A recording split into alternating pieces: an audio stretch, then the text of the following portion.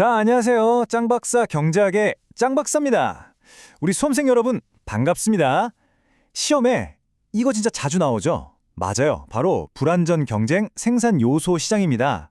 오늘 이 개념 좀 어렵게 느껴질 수 있는데 저랑 같이 하나하나 뜯어보면 와, 이게 이런 거였어? 하고 무릎을 탁 치게 되실 겁니다.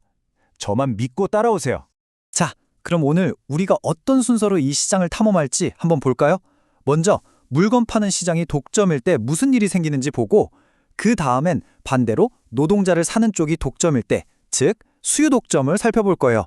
그리고 마지막으로 이 둘이 만나면 어떻게 되는지 쌍광 독점까지 차근차근 핵심만 속속 뽑아드릴 테니까 오늘 저랑 끝까지 한번 가봅시다. 자, 그럼 첫 번째 스테이지부터 시작해 볼까요? 상품 시장의 독점. 여기서 제일 궁금한 게 뭐냐면, 아니 독점 기업은 돈도 잘 벌면서 왜 사람을 더 안 뽑는 거야? 이 질문이거든요. 그 근본적인 이유, 지금부터 파헤쳐 보겠습니다. 자, 이걸 이해하려면 우리가 예전에 배웠던 완전 경쟁 시장을 잠깐 떠올려 봐야 해요. 그때 기업이 사람을 어떻게 뽑았죠? 그렇죠. 임금, 즉 W가 노동자 한 명이 추가로 만들어내는 가치, VMPL이랑 똑같아지는 지점까지 딱 거기까지 고용했잖아요. 아주 깔끔하고 명쾌한 원리였죠. 근데 말이죠, 이 시장의 왕, 독점 기업은 계산법이 좀 다릅니다. 이 친구들은 물건 가격 P를 보는 게 아니에요. 뭘 보냐? 바로 한계 수입 MR을 봅니다. 그러니까 물건 하나 더 팔았을 때 내 주머니에 실제로 들어오는 추가 수입이 얼마냐, 이걸 따지는 거죠. 그래서 고용법칙도 싹 바뀝니다. 임금 W가 한계 수입 생산, 즉 MRPL과 같아지는 바로 그 지점에서 고용을 딱 멈춰버립니다. 자, 바로 이겁니다. 이 슬라이드가 오늘 내용의 첫 번째 핵심이에요. 아니, 왜 P랑 MR이 다른 거야? 왜? 한번 상상해 보세요. 내가 시장의 유일한 사장님이야. 물건을 하나 더 팔고 싶어. 그럼 어떻게 해야 돼요? 어쩔 수 없이 가격을 좀 내려야 손님이 더 사겠죠? 바로 그겁니다. 내가 100번째 손님한테 물건을 팔려고 가격을 내리면 앞에 99명한테 받던 가격도 다 내려가는 효과가 생기는 거예요. 그래서 마지막 한 개를 팔아서 얻는 추가 수입, MR은요, 현재 가격 P보다 항상 언제나 작을 수밖에 없는 겁니다. 이게 모든 문제의 시작점이에요. 자, 그럼 결론 나왔네요. P가 MR보다 항상 크니까 이걸로 계산한 VMPL도 당연히 MRPL보다 항상 크겠죠. 이게 무슨 뜻이냐면 독점 기업 사장님 눈에는 우리 노동자들이 만들어내는 가치가 실제보다 좀 깎여서 보인다는 거예요. 이 친구가 10만 원어치 일을 한 것 같긴 한데 내 수입은 8만 원밖에 안 늘어나네. 이렇게 생각하는 거죠. 그러니까 어때요? 당연히 완전 경쟁 시장이었으면 뽑았을 사람도 에이, 여기까지 하면서 덜 뽑게 되는 겁니다. 간단하죠? 좋아요. 상품 시장 독점은 이제 이해가 되셨죠? 그럼 이제 판을 완전히 뒤집어 봅시다.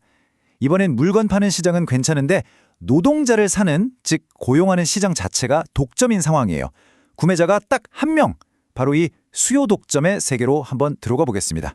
이건 또 얼마나 기상천외할까요? 수요 독점.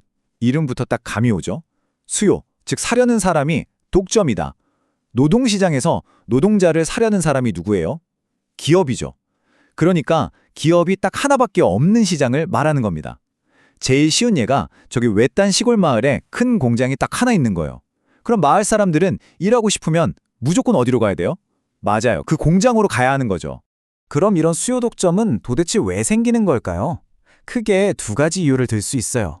첫 번째는 방금 말씀드린 것처럼 지리적인 문제. 이사를 가거나 출퇴근하기가 너무 힘들어서 그 지역에 있는 유일한 대기업에 다닐 수밖에 없는 경우죠. 두 번째는 기술적인 문제예요. 예를 들어 내가 가진 기술이 너무너무 특수해서 전 세계에서 딱 이 회사에서만 써먹을 수 있는 기술인 거예요. 그럼 선택의 여지가 없겠죠? 자, 지금부터 진짜 중요합니다. 별표 5개. 수요 독점 기업의 눈으로 노동시장을 한번 봅시다. 우리한테 익숙한 이 우상향하는 노동 공급 곡선 있죠? 이게 이 기업한테는 그냥 공급 곡선이 아니에요. 이건 곧 내가 노동자 한 명당 평균 얼마의 임금을 주고 있는가를 보여주는, 말하자면 평균 요소 비용, 즉 AFC 곡선인 겁니다. 왜냐고요? 이 곡선 자체가 노동자들이 이 정도 임금은 주셔야 일하러 갑니다 라고 말하는 선이니까요. 바로 이 슬라이드가 수요 독점의 심장입니다. 자, 상상을 해봅시다. 내가 사장인데 지금 직원 10명한테 월급 200만 원씩 주고 있어요. 근데 사람이 한 명 더 필요해. 그래서 월급 210만 원 줄게 와서 일해 하고 한 명을 새로 뽑았어요. 그럼 끝일까요? 아니죠. 기존에 있던 10명이 가만히 있겠어요? 사장님, 저 신입은 210만 원 주면서 왜 저희는 200이에요? 난리가 나겠죠.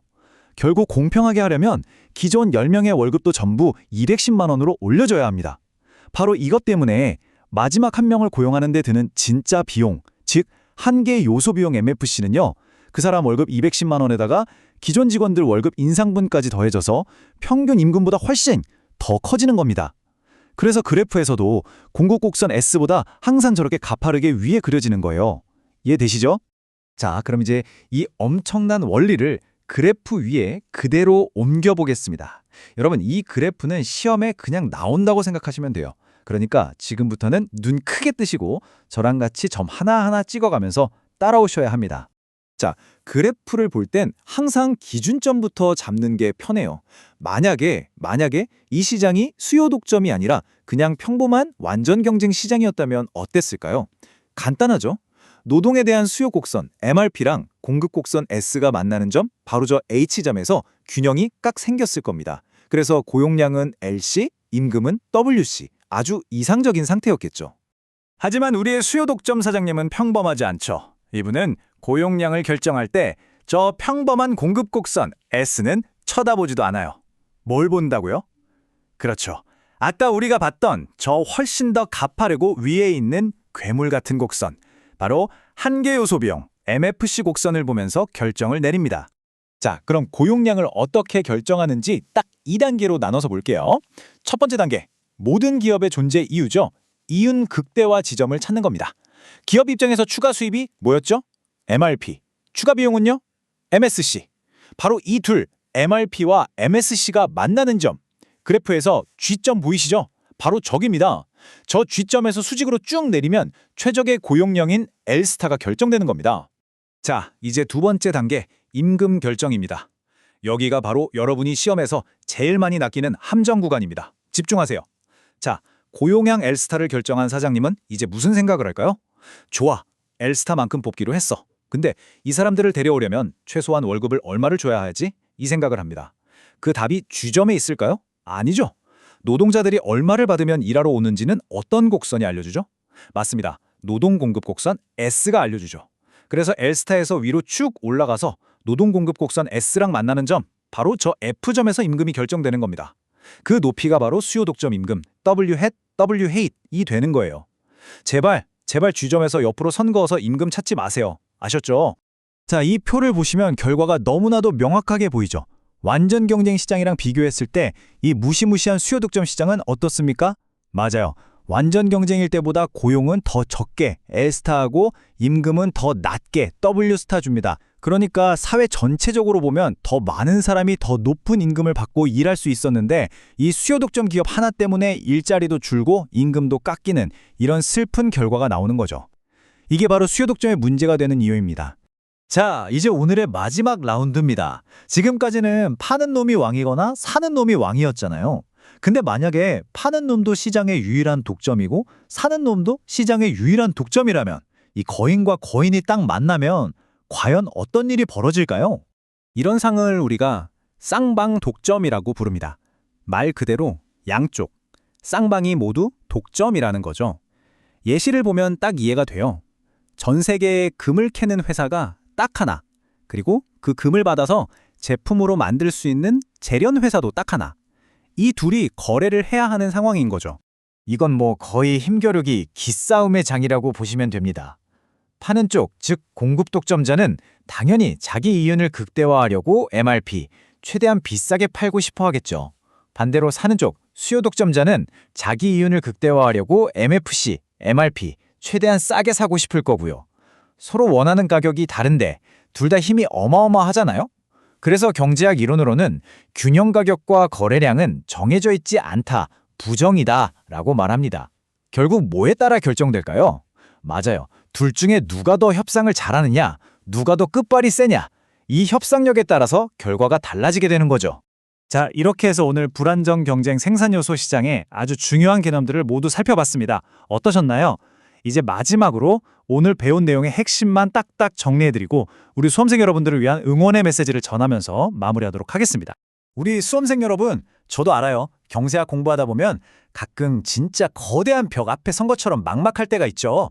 특히 오늘 배운 그래프 같은 거 보면 한숨부터 나오고요. 근데요, 절대 포기하지만 마세요. 오늘 배운 거, 특히 그 수요 독점 그래프 있잖아요. 그거 그냥 눈으로만 쓱 보고 넘기지 마시고 꼭 딱 3번만이라도 백지에다가 직접 손으로 그려보세요. 왜 MFC가 더 위에 있는지, 왜 임금은 F점에서 결정되는지 생각하면서요. 그렇게 내 손으로 직접 그려보고 나면 그 지식은 절대 배신하지 않고 완벽하게 여러분의 것이 될 겁니다. 제가 이 짱 박사가 항상 여러분 뒤에서 응원하고 있다는 거 잊지 마세요. 그리고 혹시 혼자 복습하다가 이거 뭐였지? 하고 막히는 부분이 생기거나 다른 친구들은 어떻게 공부하나 궁금할 때 있잖아요. 그럴 때 여러분이 찾아갈 수 있는 완벽한 베이스 캠프가 있습니다. 바로 네이버 카페 짱박사 경제학 스터디로 오시면 됩니다.